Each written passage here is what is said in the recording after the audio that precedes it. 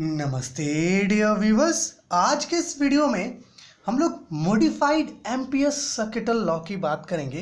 देखिए मेरे प्यारे व्यूवर्स, जो एम्पियर्स सर्किटल लॉ हम लोगों ने क्लास 12th में पढ़ा था इलेक्ट्रिसिटी एंड मैग्नेटिज्म में, मेरे प्यारे व्यूवर्स वो एम्पियर सर्किटल लॉ का इक्वेशन कुछ इस प्रकार का था। Integral over closed curve arrow B dot arrow D L is equal to mu naught आई।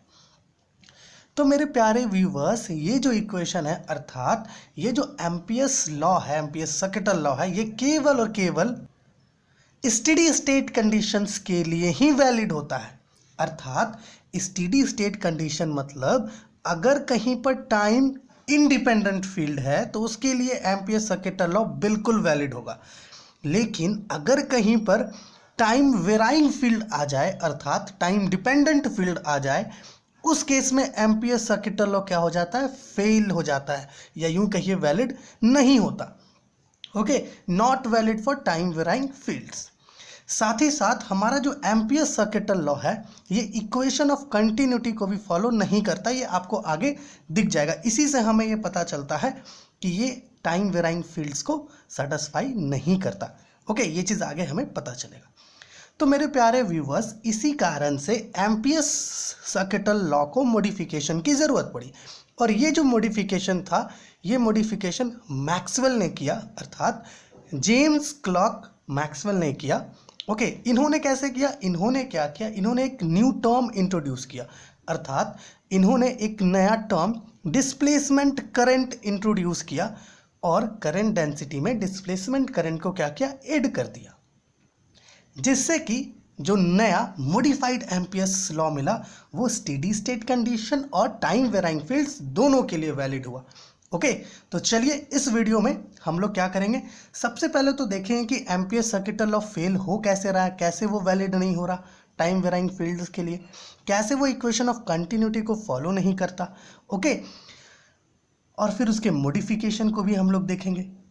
फिर इसी बीच, इन सब के बीच हमें डिस्प्लेसमेंट करंट का भी एक फॉर्मूला मिलेगा। ओके, वैल्यू मिलेगा डिस्प्लेसमेंट करंट का, और उस डिस्प्लेसमेंट करंट के वैल्यू को जब हम लोग रखेंगे एक जगह पर, तब हमें मॉडिफाइड एम्पियर सर्किटल लॉ मिलेगा। तो चलिए इस वीडियो को स्टार्ट करते हैं। ओके, यहाँ इंट्रोडक्टरी पार्ट जो है खत्म होता है। तो मेरे प्यारे व्यूवर्स, हमें पता है ना कि जो एम्पियर सर्किटल लॉ था वो कुछ इस प्रकार का है। Ampere circuital law, integral over closed curve arrow H dot arrow D L is equal to I. Okay, अभी आपने देखा होगा यहाँ पर हम लोगों ने लिखा था integral over closed curve arrow B dot arrow D L is equal to mu naught I. Okay, अब आप यहाँ पर देख रहे हैं एच लिख दिया, तो देखिए हुआ कुछ नहीं है। एरो बी क्या होता है, म्यू नॉट एच होता है ना, तो हम लोगों ने बी की जगह म्यू नॉट एच रखा, तो बोथ साइड से म्यू नॉट कैंसिल हो गया, तो हमें ये इक्वेशन मिला। तो ये क्या है, एम्पियर सर्किटल लॉ है। ओके, नाउ मेरे प्यारे व्यूवर्स, आप एक बात अच्छे से ध्यान रखिए, ये जो करंट है आई, ये एक्चुअली में इक्वल किससे होता है, ये इक्वल होता है surface integral of current density. Okay, current density का जो सरफेस इंटीग्रल है उससे हमारा करंट इक्वल होता है। तो क्यों ना हम लोग आई को सरफेस इंटीग्रल के फॉर्म में लिख दे कुछ इस प्रकार से। देखिए, integral over closed curve C arrow H dot arrow D L is equal to integral over surface S arrow J dot arrow D S. J क्या है यहाँ पर, करंट डेंसिटी है। ठीक, आइए आगे बढ़ते हैं। अब चूंकि हमें क्या करना होगा, हमें एक एम्पियर सर्किटल लॉ का एक यहाँ पर डिफरेंशियल इक्वेशन चाहिए। इसके लिए हमें क्या करना होगा, इन दोनों तरफ जो इंटीग्रल से इसे एलिमिनेट करना होगा। अब ये एलिमिनेशन हम लोग करेंगे कैसे, इसके लिए हमें या तो ये लाइन इंटीग्रल जो है इसे सरफेस में कन्वर्ट करना होगा, या फिर ये जो सरफेस इंटीग्रल है इसे लाइन में कन्वर्ट करना होगा। अब ये होगा कैसे, तो इसके लिए हमें स्टोक्स थ्योरम का प्रयोग करना पड़ेगा। किसका, according to Stokes theorem. Okay, देखिए स्टोक्स थ्योरम की मदद से हम लोग क्या करेंगे, ये जो लाइन इंटीग्रल है इसको सरफेस इंटीग्रल में कन्वर्ट करेंगे। ओके, जैसे देखिए इंटीग्रल ओवर क्लोज्ड कर्व है, arrow H dot arrow D L है। जब हम लोग इस पर स्टोक्स थ्योरम अप्लाई करेंगे तो ये हो जाएगा integral over surface S arrow del cross arrow H. Okay, dot arrow D S. अब क्या करते हैं, इसकी जगह पर ये सब्स्टिट्यूट करते तो हमें क्या मिलेगा, देखिए therefore integral over surface S arrow del cross arrow H dot arrow D S is equal to integral over surface S arrow J dot arrow D S. अब थोड़ा गौर से देखिए मेरे प्यारे व्यूवर्स, हम लोगों को बोथ साइड्स में क्या मिल गया, सरफेस इंटीग्रल। तो ऑब्वियस सी बात है ना, सरफेस इंटीग्रल को हम लोग क्या कर सकते हैं, एलिमिनेट कर सकते हैं बोथ साइड से। जब आप एलिमिनेट कर दोगे तो आपको मिलेगा arrow del cross arrow H is equal to arrow J मिलेगा। ओके, अब ये जो इक्वेशन आप देख रहे हैं ना, ये वाला, चलिए इसको क्या करते हैं, इक्वेशन नंबर 1 ले लेते हैं। यहाँ से नंबरिंग स्टार्ट करते हैं। मेरे प्यारे व्यूवर्स, ये जो एम्पियर्स सर्किटल लॉ है ये इंटीग्रल फॉर्म है, ठीक है। इसी एम्पियर्स लॉ का ये डिफरेंशियल फॉर्म है। ओके, और ये मॉडिफाइड एम्पियर्स लॉ का डिफरेंशियल फॉर्म नहीं है, वो हमें आगे मिलेगा। ओके, अब क्या करेंगे, इसके बोथ साइड्स हम लोग डाइवर्जेंस लेकर के चेक करेंगे कि ये इक्वेशन ऑफ कंटिन्यूटी को फॉलो कर रहा है या फिर नहीं। अर्थात ये चेक करेंगे हम लोग कि एम्पियर्स सर्किटल लॉ वैलिड किसके लिए है, स्टेडी स्टेट कंडीशन के लिए या टाइम वेराइंग फील्ड्स के लिए। ओके, तो देखिए, on taking divergence on both sides of 1। Okay, 1 के बोथ साइड्स, इक्वेशन नंबर 1 के बोथ साइड्स में जब हम लोग डाइवर्जेंस ले लेंगे, अर्थात डेल डॉट, डाइवर्जेंस को डेल डॉट से रिप्रेजेंट करते हैं, arrow del cross arrow H is equal to del dot arrow J, कुछ इस प्रकार से। तो मेरे प्यारे व्यूवर्स, ये देखिए, ये जो आपको लेफ्ट हैंड साइड में दिख रहा है ना, del dot arrow del cross arrow H, ये एक्चुअली में एक वेक्टर आइडेंटिटी है। क्या है, एक वेक्टर आइडेंटिटी है ना, divergence of curl of some vector quantity. Okay, तो ये जो वेक्टर आइडेंटिटी है ना, इसका वैल्यू हमेशा 0 होता है। क्या होता है, हमेशा 0 होता है। This is a vector identity. देखिए, divergence of curl of some vector quantity, यहाँ पर वेक्टर एरो एच है, ये हमेशा 0 से इक्वल होता है। ये एक वेक्टर आइडेंटिटी है, इसे हम लोगों ने अपने पिछले वीडियोस में डिस्कस किया था। तो अगर आप देखना चाहते हैं कि कैसे ये 0 से इक्वल आ रहा है तो आप देख सकते हैं, लिंक आपको नीचे डिस्क्रिप्शन में मिल जाएगा। चलिए, तो देखिए, ये तो पार्ट हो गया 0 से इक्वल। हमारे पास बचा क्या, 0 is equal to del dot arrow J, अर्थात हमें मिल रहा है del dot arrow J is equal to 0। इस इक्वेशन को ध्यान में रखिए। Okay, this is the equation number 2। अब थोड़ा यहाँ देखिए मेरे प्यारे व्यूवर्स, इक्वेशन ऑफ कंटिन्यूटी क्या होता है, आपको पता है ना। इक्वेशन ऑफ कंटिन्यूटी होता है del dot arrow J plus del rho by del T is equal to 0। ये है इक्वेशन ऑफ कंटिन्यूटी, ठीक।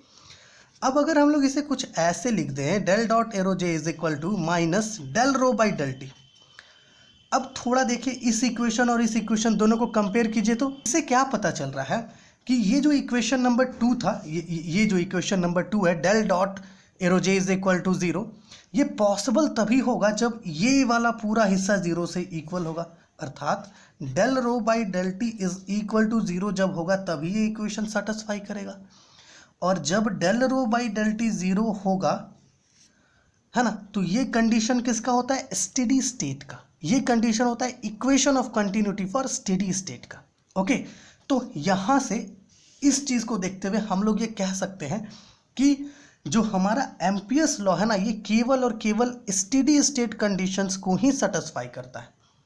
ओके, क्योंकि देखिए, अगर ये टाइम वेराइंग फील्ड्स को सेटिस्फाई करता तो ये जो इक्वेशन है ना, ये वाला इक्वेशन, ये इक्वेशन सेटिस्फाई होता, इस इक्वेशन को ये फॉलो करता। लेकिन ये इस इक्वेशन को फॉलो ना करके किसको फॉलो कर रहा है, del dot arrow J is equal to 0 को, है ना। मतलब equation of continuity of steady state को ये फॉलो कर रहा है। ओके, तो इसका अर्थ ये साफ साफ निकलता है कि हमें एम्पियर्स सर्किटल लॉ को मॉडिफाई करना पड़ेगा। ओके, और हम लोगों ने जैसा स्टार्टिंग में कहा आपसे कि ये जो मॉडिफिकेशन था एम्पियर्स सर्किटल लॉ का, ये मैक्सवेल ने किया, जेम्स क्लर्क मैक्सवेल ने किया। कैसे किया, इन्होंने एक नया टर्म इंट्रोड्यूस करवाया जिसे कहा गया डिस्प्लेसमेंट करंट। ओके, देखिए हम लोग इसे यहाँ पर कंटिन्यू करते हैं। देखिए मेरे प्यारे व्यूअर्स, इस इक्वेशन को देखिए, इक्वेशन नंबर 1, ठीक है। यहाँ पर मैक्सवेल ने क्या किया कि ऐसा कंसिडर किया कि let J D be the displacement current. आगे हमें इसका भी एक एक्सप्रेशन मिलेगा, वहीं से हमें डिस्प्लेसमेंट करंट का डेफिनेशन भी पता चलेगा। ठीक, तो मैक्सवेल ने किया क्या, ये जो हमारा इक्वेशन हमें मिल रहा है arrow del cross arrow H, इसमें क्या किया, जे के साथ एक नया टर्म डिस्प्लेसमेंट करंट जेडी को ऐड कर दिया। अर्थात कुछ इस प्रकार किया, arrow del cross arrow H is equal to arrow J plus arrow JD, कुछ इस प्रकार से कर दिया। अब ये जो इक्वेशन आप देख रहे हो ना, arrow del cross arrow H is equal to arrow J plus arrow JD, ये जो इक्वेशन है यही है मॉडिफाइड एम्पियर्स सर्किटल लॉ। ये डिफरेंशियल फॉर्म में है। ओके, देखिए यहाँ पर अब हम लोग अगर इसके बोथ साइड्स में डाइवर्जेंस ले ले, है ना, तो हमें यहाँ से जेडी का वैल्यू मिलेगा और उस वैल्यू को यहाँ पर रखेंगे तो हमारा ये जो मॉडिफाइड एम्पियर्स सर्किटल लॉ है इसका जो डिफरेंशियल फॉर्म है ये कंप्लीट होगा। तो चलिए इसके बोथ साइड्स में क्या करते हैं, डाइवर्जेंस लेते हैं। Divergence arrow del cross arrow H is equal to divergence arrow J plus arrow J D, कुछ इस प्रकार से हो जाएगा। देखिए हम लोग चाहें तो इसे कुछ ऐसे भी लिख सकते हैं, del dot arrow del cross arrow H is equal to del dot arrow J plus arrow J D. मेरे प्यारे व्यूवर्स, अभी कुछ देर पहले ही हम लोगों ने कहा कि जो डाइवर्जेंस होता है ना, किसी एक कर्ल का, है ना, वो हमेशा जीरो से इक्वल होता है। जैसा कि हम लोगों ने यहाँ पर कहा था divergence of curl of arrow H is equal to zero, यही वही है, del dot arrow del cross arrow H is equal to zero होगा इसका वैल्यू, चूंकि ये एक वेक्टर आइडेंटिटी है। और अगर आप इलेक्ट्रोमैग्नेटिक थ्योरी पढ़ रहे हो ना, तो आपको वेक्टर आइडेंटिटीज का नॉलेज होना बहुत ज़रूरी है। तो हम लोगों ने वेक्टर आइडेंटिटी का एक पूरा प्लेलिस्ट बना के रखा है, तो अगर आप देखना चाहते हैं तो देख लीजिए एक बार, लिंक आपको नीचे डिस्क्रिप्शन में मिल जाएगा। सो इसका वैल्यू क्या हो जाएगा मेरे प्यारे व्यूवर्स, ये हो जाएगा जीरो। इधर आप इसको कुछ ऐसे लिख सकते हैं, del dot arrow J and del dot arrow J D. Okay, अब देखिए यहाँ पर अगर हम लोग इसको कुछ ऐसे लिख सकते हैं, del dot arrow J D is equal to minus del dot arrow J, कुछ इस प्रकार से। अब थोड़ा सा देखिए, अभी हम लोगों ने इक्वेशन ऑफ कंटिन्यूटी को डिस्कस किया, del dot arrow J plus del rho by del T is equal to zero. तो डेल डॉट एरो जे किससे इक्वल हो रहा है, minus del rho by del T से। तो क्या करेंगे, डेल डॉट एरो जे की जगह इस वैल्यू को रख देंगे, तो क्या होगा देखिए, del dot arrow J D is equal to minus, एक पहले से और एक यहाँ पर क्या है, minus del rho by del T है, अर्थात ये पॉजिटिव हो जाएगा, नेगेटिव नेगेटिव। ओके, देखिए del rho by del T. अब थोड़ा सा याद कीजिए, मैक्सवेल का जो पहला इक्वेशन है, मैक्सवेल का जो फर्स्ट इक्वेशन है वो क्या होता है, देखिए मैक्सवेल्स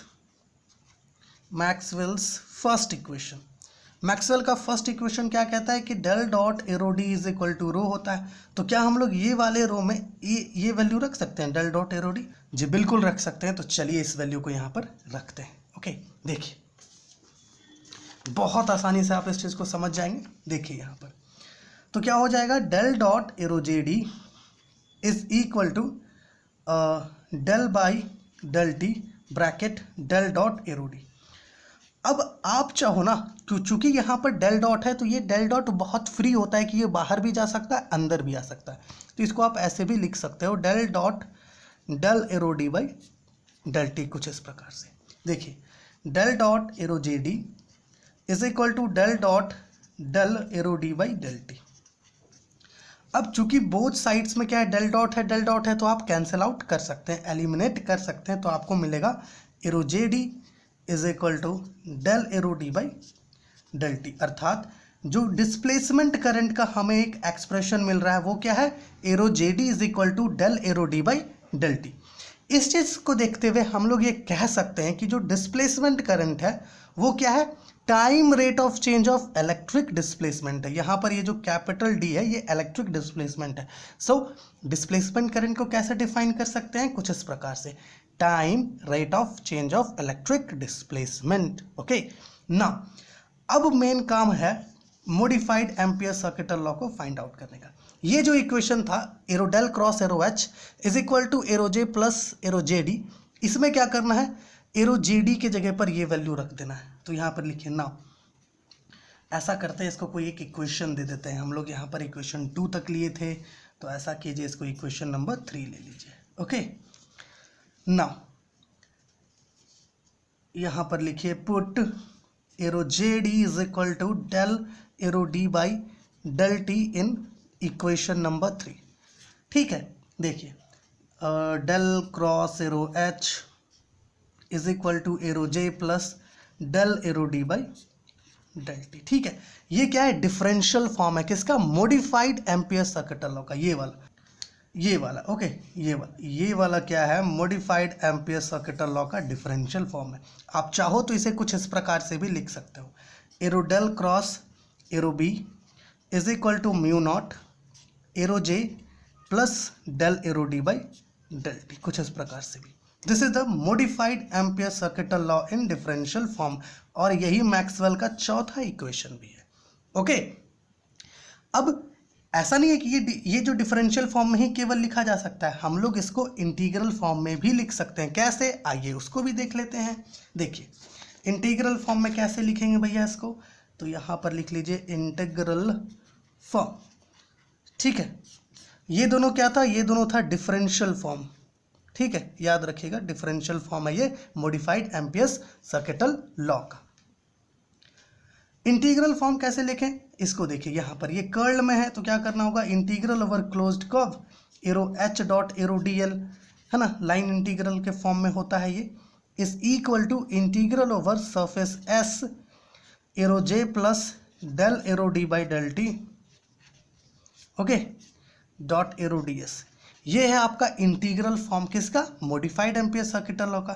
इसको भी चाहो तो आप कुछ इस प्रकार से भी लिख सकते हो, integral over closed curve arrow B dot arrow D L is equal to mu naught integral over surface S arrow J plus del arrow D by del T dot arrow D S. Okay, तो ये दोनों क्या हो गया, integral form हो गया modified ampere circuit law का।